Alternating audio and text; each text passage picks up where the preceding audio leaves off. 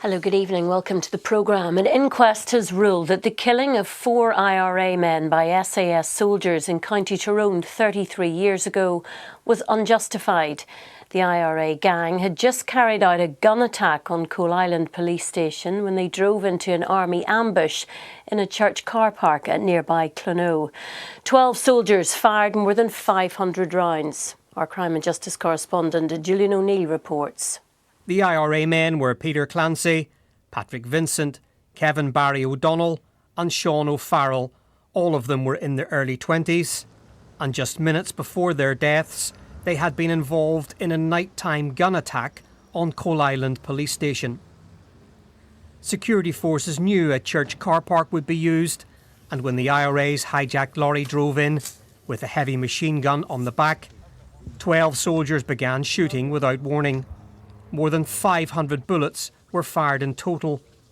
And today the men's families were in court to hear Mr. Justice Humphreys declare the use of lethal force was not justified.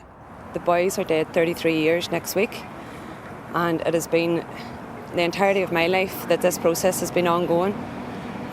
We're tired, but it's hard to say you're delighted at a finding over your family member's death. We're overwhelmed and we're delighted with the result, but we're also very aware at a huge expense to us as families.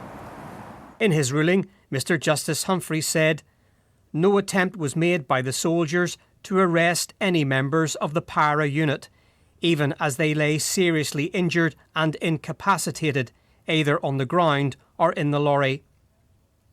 The soldiers did not have an honest and genuinely held belief that the use of force was necessary to defend themselves or others."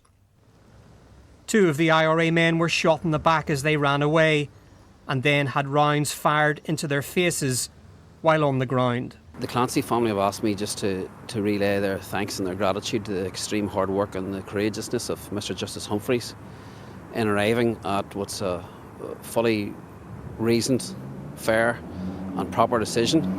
A decision which finds, particularly in relation to their dead brother, that he was most likely on his knees with his arms held up when the fatal shots were inflicted.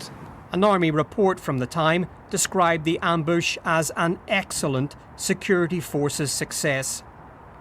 The judge said state agencies had also perpetuated falsehoods. There was no gun battle, as had been claimed.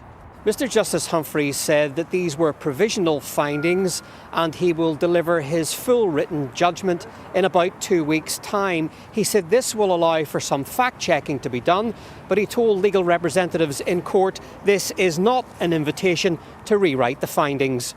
Julian O'Neill, BBC Newsline, Belfast.